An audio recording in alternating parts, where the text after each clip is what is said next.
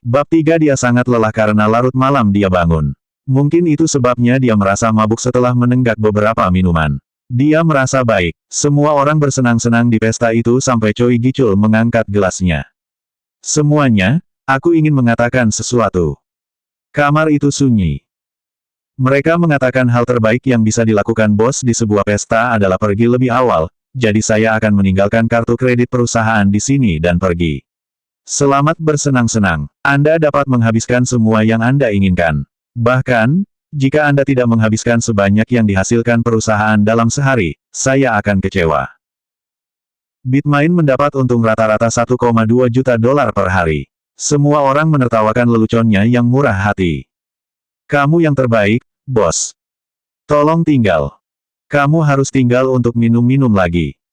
Mari kita berpesta keras malam ini. Choi Gichul melambaikan tangan kepada karyawan yang ramah. Dia kemudian datang ke Wusung dan meletakkan tangannya di bahunya.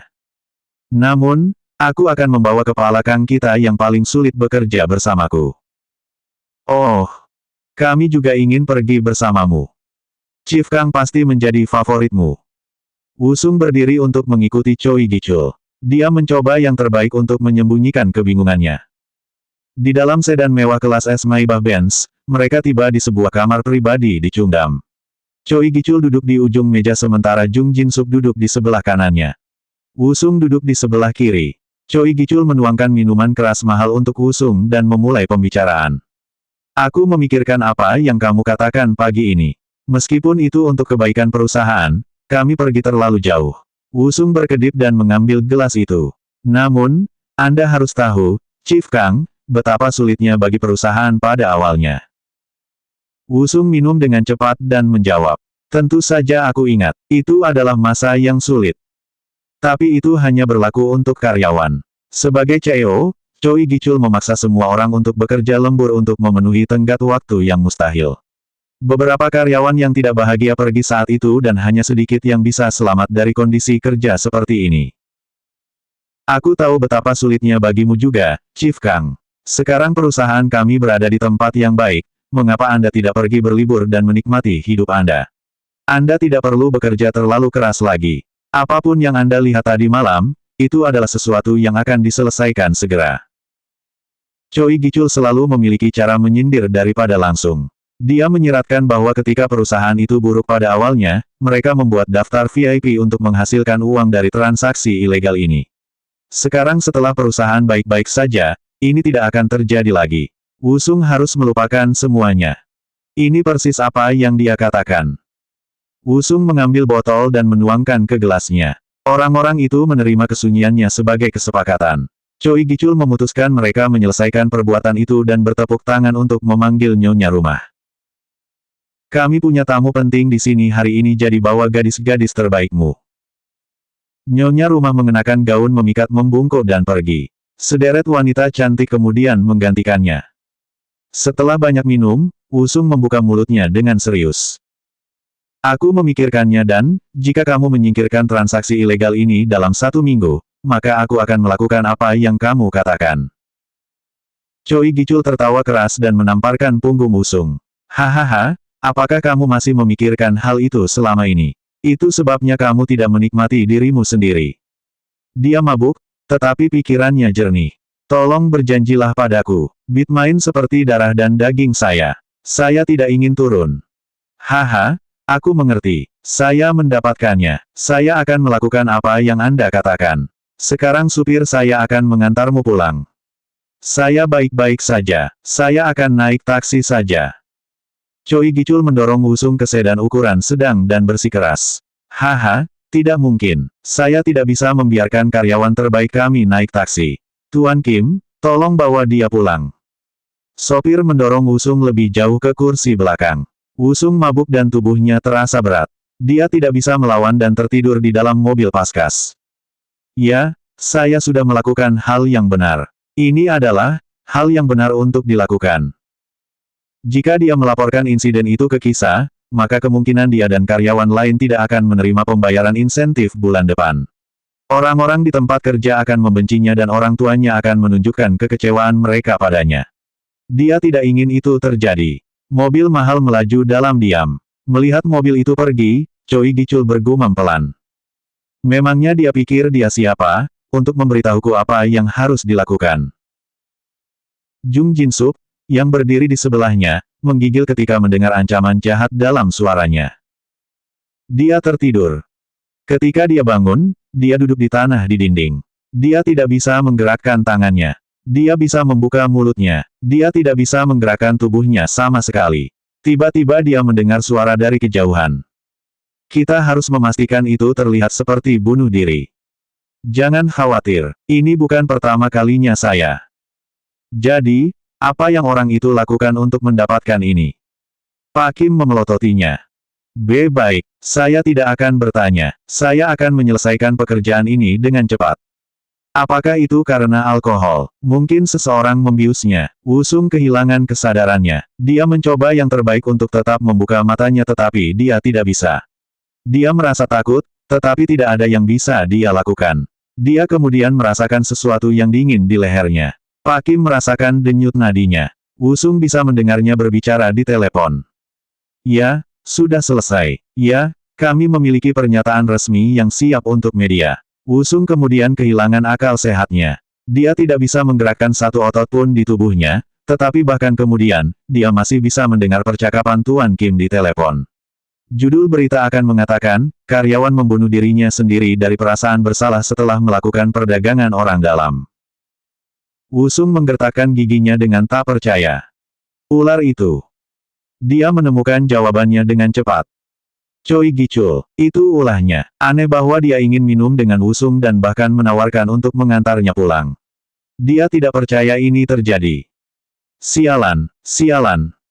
Lalu tiba-tiba, dia kehilangan kesadaran terakhirnya dan jatuh ke dalam kegelapan. Bab 4 itu adalah mimpi buruk yang mengerikan. Keringat membasahi tubuhnya. Wusung tiba-tiba bangun dan menghela nafas dengan keras. Hah, hah. Angin musim dingin yang membekukan langsung membuatnya dingin. Dia menjadi waspada. Itu adalah mimpi yang mengerikan. Dia ingat makan steak sampai dia merasa seperti akan meledak. Dia kemudian meneguk alkohol sampai mabuk. Dia berakhir di kamar pribadi dan minum minuman keras lagi. Dia juga ingat masuk ke mobil Pak Kim. Tidak ada jalan. Itu pasti mimpi. Pembunuhan, itu konyol. Fiuh. Wusung menggelengkan kepalanya berpikir itu hanya mimpi. Dia menelan. Dia merasa aneh. Dia tidak merasa digantung meskipun semua minuman yang dia lakukan tadi malam. Bahkan, dia merasa hebat. 36 tahun. Dia bekerja lembur dan akhir pekan sepanjang waktu tetapi tidak pernah berolahraga.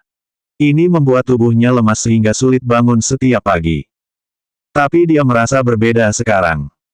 Wusung, bangun. Ini hari kerja pertama Anda, jadi berangkatlah lebih awal. Hah. Hah. Wusung berdiri dengan bingung. Hari pertama, dan suara ibu terdengar lebih muda. Wusung mencari teleponnya. Melihatnya mengejutkannya setelah mengetahuinya. Itu adalah ponsel flip. Itu adalah ponsel 3 gram tuanya yang dia miliki sebelum penemuan smartphone. 3 anggota keluarga duduk di sekeliling meja tua yang sudah rusak. Sup daging sapi, yang merupakan sesuatu yang tidak mampu mereka beli, mengepul. Saat dia mengangkat sendoknya, ayahnya Kang Gichun berbicara. Sekarang setelah kamu mendapatkan pekerjaan, kamu harus bekerja keras untuk berhasil. Anda harus menyelamatkan dan menikah. Ini 10 tahun sebelumnya, dan ayahnya hanya memiliki beberapa rambut putih. Ini hari pertamanya di kantor, jadi aku belum berpikir dia siap menikah. Makan dan pergi bekerja. Pastikan Anda mengikuti instruksi dengan baik. Selalu setuju dengan bos Anda, oke. Ibunya, Kim Jung, menambahkan. Dia baru berusia 40-an tetapi kerutan dan retakan sudah muncul di tangannya. Itu hasil dari kerja kerasnya selama bertahun-tahun. Jadi hari ini tanggal 10 Januari tahun 2008. Kim Jung menggelengkan kepalanya dengan frustrasi. Apakah kamu masih menanyakan itu padaku? Bangunlah dan makan sarapan Anda. Anda akan bekerja lebih baik dengan perut penuh. Tangan Wusung bergetar saat dia makan. Ini benar-benar terjadi. Dia tidak bisa mempercayainya. Semuanya menunjukkan bahwa hari ini memang tanggal 10 Januari tahun 2008. Dia memeriksa tanggal di ponselnya dan berita di TV. Orang tuanya, rumah, dan semua yang lain membuktikan bahwa dia telah melakukan perjalanan kembali ke masa lalu, 10 tahun. Kang Gichun menatap Wusung dengan cemas. Apa kau baik-baik saja? Kenapa tanganmu gemetaran begitu banyak? Saya oke. Faktanya. Dia merasa sangat gembira. Tuhan telah memberiku kesempatan untuk membalas dendam terhadap ular itu. Dia sekarang ingat apa yang terjadi kemarin sejernih kaca. Dia merasa dirinya sekarat. Hanya berpikir tentang tenggelam dalam kegelapan membuatnya menggigil ketakutan. Tunggu aku, bajingan. Wusung berhenti makan dan terengah-engah. Kim Menjung memandangnya dengan kesal. Kang Wusung, kenapa kamu tidak menghabiskan sarapan? Anda harus segera bekerja. Apakah Anda ingin terlambat untuk hari pertama Anda? Tepat sekali. Hari ini adalah tanggal 10 Januari tahun 2008. Ini sebelum adanya Bitcoin. Jika dia bisa membeli 1000 Bitcoin sekarang, itu akan menjadi 9 juta dolar. Jika dia bisa membeli lebih banyak, sebanyak mungkin, dan menambang kriptokurensi utama lainnya seperti Ethereum, dia bisa menjadi orang terkaya di dunia.